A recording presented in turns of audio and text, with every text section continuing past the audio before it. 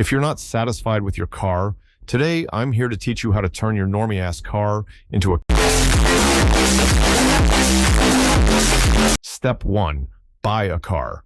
If you don't have money, step 0, get a job, work, get your paycheck, and then step 1, buy a car. Any car you want. Any year, any price.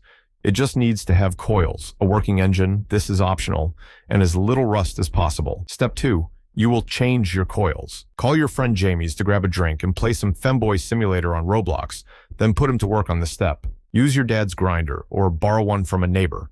Depending on how cheap your car was, at this point, it will already look kinda better. Step 3, the most expensive one. Buy some cool wheels, wide rims, chrome wheels, 18-inch rims, and voila, you have a static car, or almost. Step 4, putting on stickers, especially on the rear window.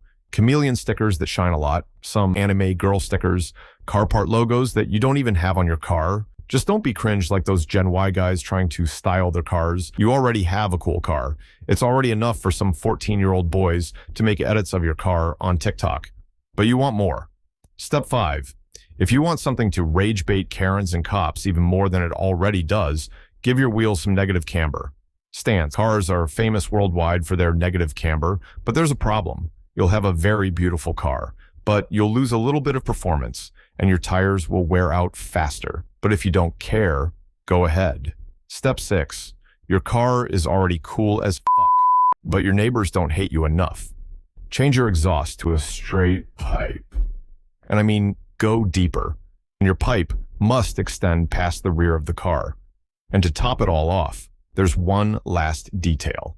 The sound system. Buy a big-ass speaker on Marketplace from a guy called Juan. Make your music bass boosted and voila. You are now the coolest guy in the neighborhood. Or not.